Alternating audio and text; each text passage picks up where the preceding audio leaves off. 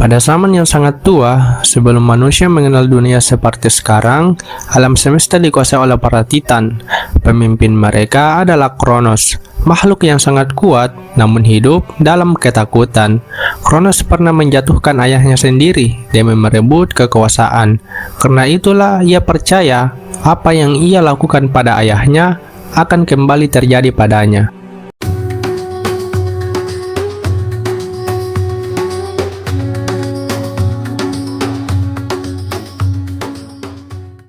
Sebuah ramalan menyebutkan bahwa salah satu anak Kronos akan menjatuhkannya. Ramalan ini membuat Kronos kehilangan akal sehat. Setiap kali istrinya Rhea melahirkan, bayi itu langsung ditelan hidup-hidup.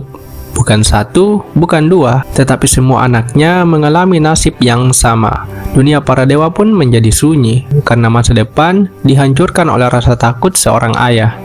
Saat Rhea mengandung anak ke-6, ia tidak sanggup lagi kehilangan. Ketika bayi itu lahir, itulah Zeus. Rhea menyelamatkannya secara diam-diam. Zeus dibawa jauh ke Pulau Kreta, sebuah tempat tersembunyi yang aman dari jangkauan Kronos. Untuk menipu suaminya, Rhea membungkus sebuah batu dengan kain bayi dan memberikannya kepada Kronos. Tanpa memeriksa, Kronos menelan batu itu. Sejak saat itu, Zeus hidup dalam persembunyian, tumbuh jauh dari kekuasaan, tanpa mengetahui bahwa ayahnya sendiri ingin membunuhnya. Di Pulau Kreta, Zeus dirawat oleh alam dan makhluk suci. Ia disusui oleh kambing sakti bernama Amalthea dan dijaga oleh para prajurit yang sengaja membuat suara keras agar tangisan Zeus tidak terdengar oleh Kronos. Sejak kecil, Zeus tumbuh sebagai anak yang kuat, berani, dan cerdas. Ia belajar bahwa hidupnya diselamatkan bukan untuk tanpa tujuan. Ketika Zeus dewasa, kebenaran akhirnya terungkap.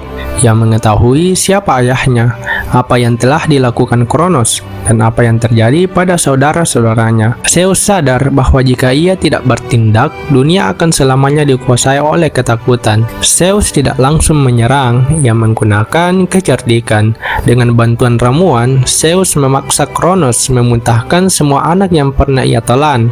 Saudara-saudara Zeus pun kembali hidup, seperti Hades, Poseidon, dan Hera. Dunia yang selama ini terkunci akhirnya terbuka kembali. Kebangkitan para dewa muda memicu perang besar antara Titan dan para dewa Olympus. Perang ini dikenal sebagai Titanomachy. Langit berguncang, gunung runtuh, dan lautan bergejolak. Perang ini bukan sekedar perebutan kekuasaan, tetapi perang antara masa lalu yang kejam dan masa depan yang baru. Zeus memimpin pertempuran. Dari sinilah ia mendapatkan petir, senjata yang melambangkan kekuasaan dan keputusan terakhir. Dengan kekuatan dan kepemimpinannya, para Titan akhirnya dikalahkan dan dikurung selamanya. Setelah perang berakhir, dunia tidak kembali seperti semula. Kekuasaan dibagi agar keseimbangan terjaga. Zeus memerintah langit dan bumi, Poseidon menguasai lautan, Hades menjaga dunia bawah. Zeus diangkat sebagai raja para dewa, bukan karena ia paling kuat, tetapi karena ia dianggap paling mampu menjaga keseimbangan. Petir di tangannya bukan sekedar senjata, melainkan tanda bahwa ia bertanggung jawab atas ketertiban dunia. Sebagai raja, Zeus harus mengambil keputusan sulit. Ia harus menghukum yang melanggar, menjaga sumpah, dan memastikan dunia tidak kembali ke masa kekacauan. Tidak semua keputusannya adil di mata semua orang. Ia sering dikritik, ditakuti, bahkan dibenci. Namun Zeus tetap menjalankan perannya. Karena jika ia lengah, dunia bisa runtuh kembali. Zeus bukan dewa yang sempurna. Ia memiliki kelemahan, emosi, dan kesalahan. Namun justru itulah yang membuatnya berbeda.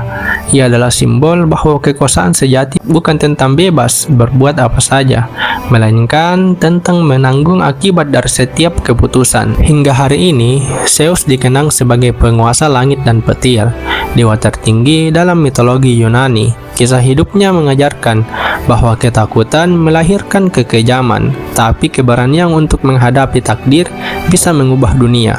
Selama langit masih bergemuruh dan petir masih menyambar bumi, nama Zeus akan terus hidup sebagai kisah tentang anak yang hampir dibunuh ayahnya sendiri dan tentang seorang penguasa yang memikul beban dunia di pundaknya.